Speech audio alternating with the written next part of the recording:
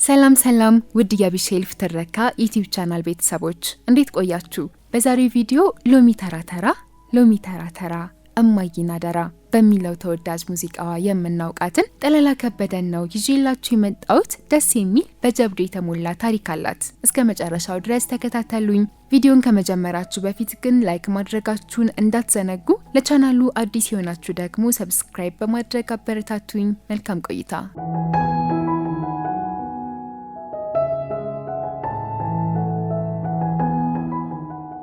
በርካቶች ሎሚ ተራ በሚለው ዘፈኗ በይበልጥ ያውቋታል። ድምፃዊት ጠለላ ከበደ አርበኛ አባቷ አቶ ከበደ ወርቄና እናቷ ወይዘሮ ደስታ በሩ ከጣሊያን ወራሪ ጋር ሲዋጉ ቆይተው ወደ ኬንያ ተሰደው ሲኖሩ ሲኦሎ በምትባል የኬንያ ከተማ በህዳር 12 1931 ዓ.ም ተወለደች።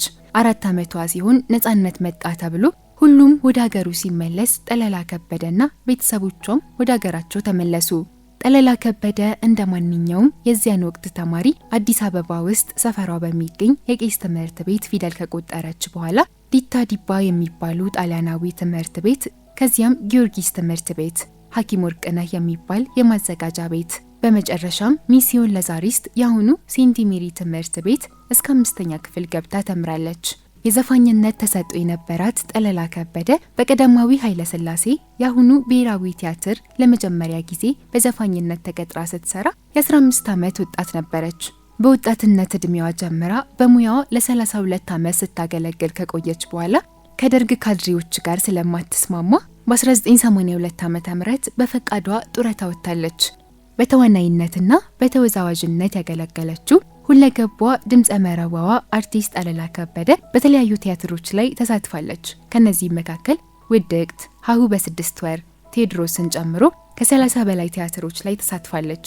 ጠለላ ከበደ ልዩ ልዩ ትዕይንተ ጥበብ አዘጋጀት ዘመኑ በሚፈልገው በተለያዩ የቅስቀሳ የኪነ ጥበብ ስራዎች ላይ በመሳተፍ በየክፍለ ሀገሩ በመዞር የኪነ ጥበብን እድገት ከአዲስ አበባ ውጭ ያለው ማህበረሰብ እንዲቋደስ የበኩሏን ጥረት ለማድረግ ያልተበገረች እንስት መሆኗን የስራ ታሪኩ ያስረዳል።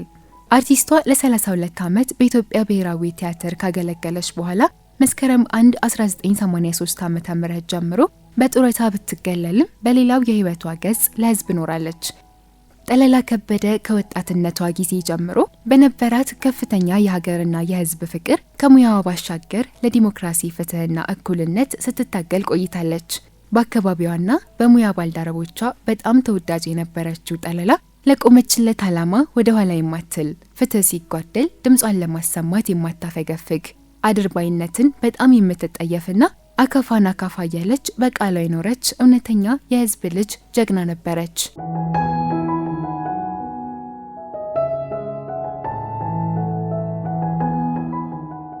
ሎሚ ተራ የሚለውን ዘፈን ዘፈንሽ በመባል ጠለላ ከበደና ከሷ ጋር ሌላ 6 የሙዚቃ ባለሙያዎች በ1967 ዓ.ም በደርግ ካድሬዎች ለ4 ወር ከ6 ቀን ለስር ተዳርገዋል። ጦር ፍርድ ቤት ቀርበው በዋስ ከተፈቱ በኋላ ጠለላ ከበደ ለ2 ዓመት ያክል ከአዲስ አበባ አካባቢ እንዳትንቀሳቀስ፣ ከናዝሬት አልፋ እንዳትሄድ በግዞት እንድትቆይ ተፈርዶባታል። እንደዚህ የሆነው ፖለቲካ ዘፈንሽ በሚል ነው። ከዚያም በኋላ በመስከረም 10 1987 ዓ.ም ፕሮፌሰር አስራት በወያኔ ፍርድ ቤት ሲቀርቡ ፍትህን ለመጠየቅና ድምጻቸውን ለማሰማት በፍርድ ቤቱ አካባቢ ከነበሩት ለእስር ከተዳረጉ 1500 ሰዎች መካከል አንዷ ጠለላ ከበደ ነበረች። በዚያን ቀን እየተደበደቡ ሰንዳፋ ተወስደው ጸጉራቸው ተላጭቶ ለእስር ተዳርገዋል። 1000 ሰዎች ይቅርታ እንዲጠይቁ ተደርገው ሲለቀቁ ጠለላ ከበደ ከሌላ 500 ሰዎች ጋር ይቅርታን ጠይቅን በማለታቸው ለተጨማሪ 25 ቀናት ታስረው በከፍተኛ የህዝብ ግፊትና የውጭ ጣልቃ ገብነት ለመፈታት በቅተዋል። ከእስር ከተፈታች ከ3 ወር በኋላ አማራጭ ኃይልና መላው አማራ መስቀል አደባባይ በጠራው ሰልፍ ላይም ከፍተኛ ተሳትፎ አድርጋለች። በስደት ወደ ሰሜን አሜሪካ ከሄደች ከ1995 ዓ.ም ጀምሮ የኢህአፓ ጠንካራ ደጋፊ በመሆን ለረጅም ዓመታት ስታገለግል ነበር። ድምፃዊት ጠለላ ከበደ የእድሜ ባለጸጋ ሰፊ ተተኪ ቤተሰቦች ያፈራች የ7 ልጆች እናትና አያትም ነበረች።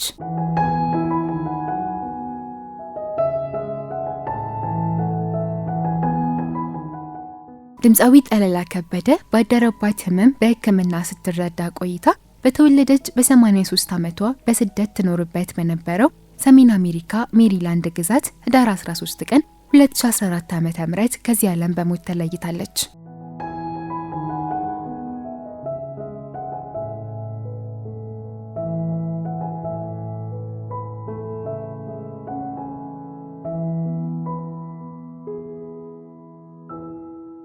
ውድ የቢሼልፍ ትረካ ቤተሰቦች የዛሬው ቪዲዮ ይህንን ይመስላል። ስለተከታተላችሁኝ አመሰግናለሁ። ከወደዳችሁት ለጓደኞቻችሁ ሼር አድርጉላቸው። ላይክ እና ሰብስክራይብ ያላረጋችሁ ደግሞ በማድረግ እንድታበረታቱኝ በትህትና ጠይቃለሁ። በሌላ ቪዲዮ እስክንገናኝ በደህና ቆዩልኝ።